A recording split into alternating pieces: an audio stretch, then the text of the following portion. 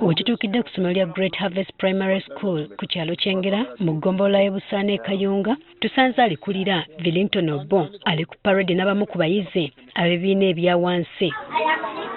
Olubadde okutuuka akulira ensonga z'amaka n'abaana e Kayunga olwetegereza embeera ku ssomero tamulinze kumira. Namubuulizaawo oba nga yaweebwa olukusa okutandika essomero. Baakuwako license etandika essomero? Ayo license to operate this school? Kyokka nalabise ng'ebimubuuzibwa tabitegeera anti atandikiddewo okutamwattamwa. Wakatuuza abaana emirundi emeka? Mirundi guno gwakubiri. Gwakubiri nga batuula P7? Baakuwako license etandika essomero? Ayo license to operate this school?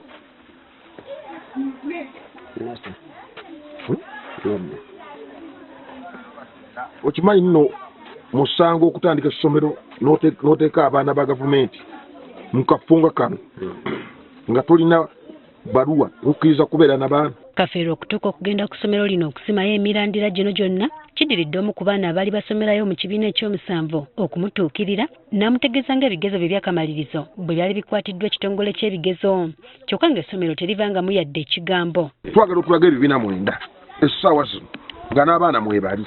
Obo atubulidde nti yatuuza abaana 8 mu P7 omwaka oguwedde wabula ebigezo by'abaana 6 ne bikwatibwa.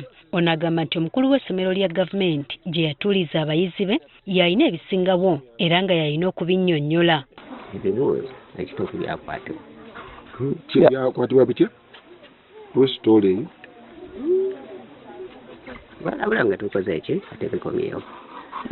Wabakope. Oza lwaki bakwa? Baatuliddewo? Batu wakunajua ngesi. Nanjua ngesi. Yokera nga alina amannyo. Ngesiyo. Nanjua ngesiyo. Anaagitwala? Mr. Kundu George. Mr. Kundu George. Kundu George.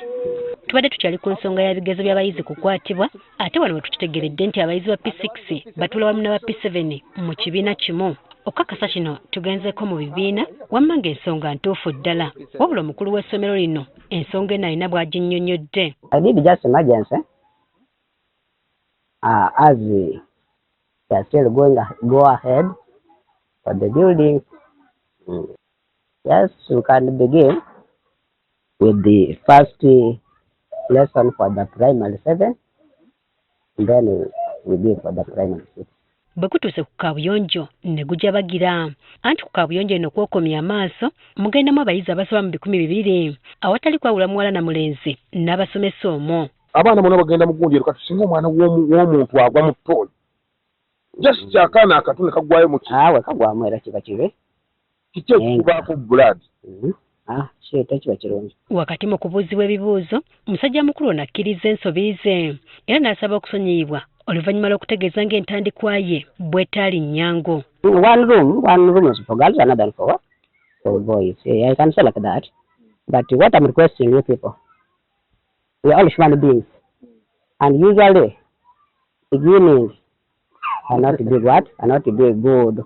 Unless when you began, when you are well off. Tukitegedde ng'omukulu ono wali mu kweyiiza mu ssomero lino ng'enjogera y'ennaku zino anti n'okusoma kwe yakukomya mu siniya ya 6. Ekituufu kirentino nze nganze nageza kwagera nalwa n'oli wa center negera n'aba center nekigezaako nenaba nga takoze eki ndibuuza nga sinaba. Abazadde wabagamba oti? Abazadde kituufu nabagamba ebibuuzo bikwatibwa tebyadda netuligezaako kubinoonya.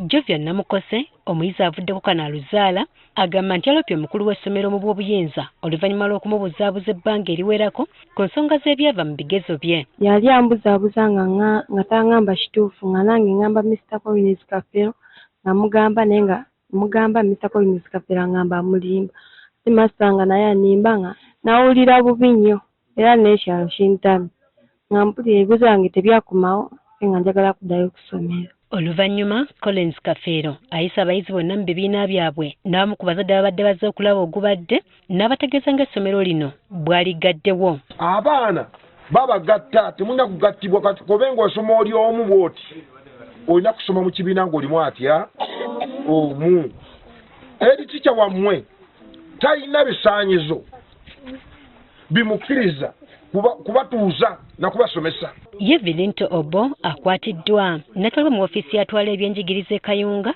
okwongera okumunoonyerezaako. Kati njagala mukwata ebintu byammwe tuddeeka.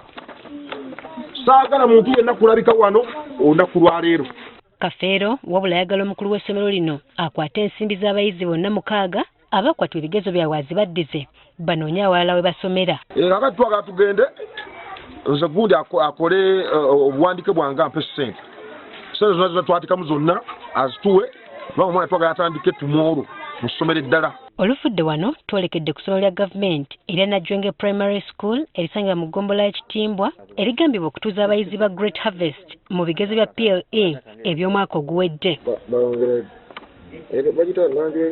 Eno omukulu w'essomero George Kundu yeganye mukulu munne nga bw'atamulabangako newankubadde okulaba ku bayizi be nga batuulira ku ssomero lye. This is my first time to see him. If you ask somebody to know about me, I know. So you have worked with him? Huh? I'm asking you. You have worked with him to sit the children here, the runners here, in his school. Do you know this process that I've been talking about? So this, according to what I know, the child you are supporting knows where she is at for. Bano bombi bakwatiddwa era we tuviiriddewo nga bakyali ku poliisi gye batutte okukola statement.